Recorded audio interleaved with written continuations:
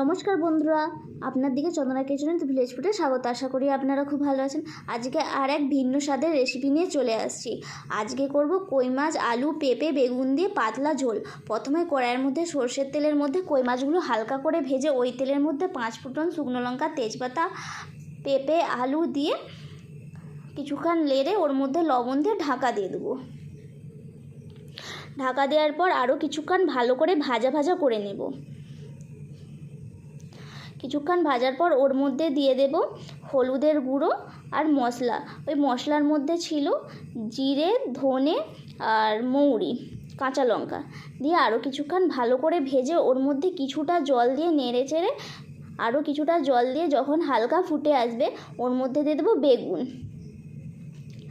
বেগুনগুলো দেওয়ার পর যখন দেখব সব সবজিগুলো সেদ্ধ হয়ে গেছে, কই মাছগুলো দিয়ে আরও কিছুক্ষণ ভালোভাবে ফুটিয়ে নামিয়ে নেব। তৈরি। আশা করি আপনার দিকে খুব ভালো লাগবে।